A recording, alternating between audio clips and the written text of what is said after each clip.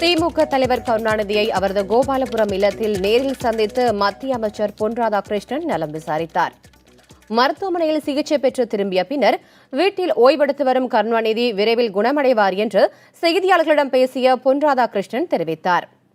இந்திய கம்யூனிஸ்ட் கட்சியின் மாநில செயலாளர் முத்தரசனும் கருணாநிதியை நேரில் சென்று பார்த்து நலம் விசாரித்துள்ளார். கருணாநிதி விரைவில் முழுமையாக குணமடைந்து வழக்கமான அரசியல் பணிகளை தொடங்குவார் என்று முத்தரசன் செய்தியாளர்களிடம் தெரிவித்தார். மரியாதைக்குரிய டாக்டர் கலைஞர் அவர்கள் உடல்நிலை சரியில்லாமல் இருப்பதை அறிந்து மிகவும் வேதனைப்பட்டோம். மருத்துவமனையிலேயே அவரை சென்று சந்திக்க வேண்டும் என்று நான் நேரம் கேட்டுக்கொண்டிருந்தேன். அதற்கு முன்பாக வீட்டிலேயே பார்க்கணும்னு கேட்டுட்டு இருந்தேன். அவருடைய உடல்நிலை அதற்கு ஒத்துக்கொள்ளாத காரணத்தினால இன்று நான் அவர்களை பார்க்க வந்தேன். நல்ல உடல் ஆரோக்கியமாக இருப்பதில் மகிழ்ச்சி அடைகின்றேன்.